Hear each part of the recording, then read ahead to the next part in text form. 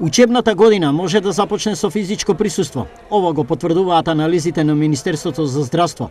Објави денеска пред новинарите ресорниот министер Венко Филипче. Но ако состојбата се влоши, тогаш се активираат резервните планови и правилата за превенција ќе важат оделно за секој училиште, но по одлука на епидемиолог.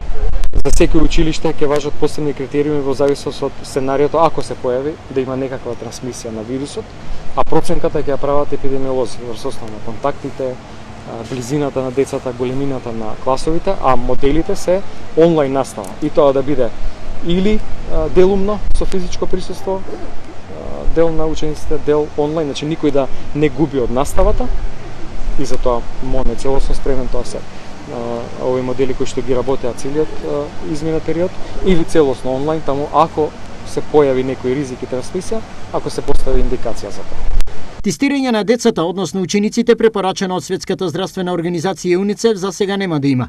Но ако има индикација за тоа, ќе се направи рапид тестирање на учениците со претходна одлука на епидемиолог. Не нужно тестирањето ќе биде дел или нема да биде дел од тој процес, заради тоа што минатата година, каде што и немаше процент на вакцинирани, ниту родители, ниту наставници, ниту став кои што вработени кои што го поддржуваат процесот, ја истеравме учебната година без ниту еден случај на интерна трансмисија, а тестови немаше.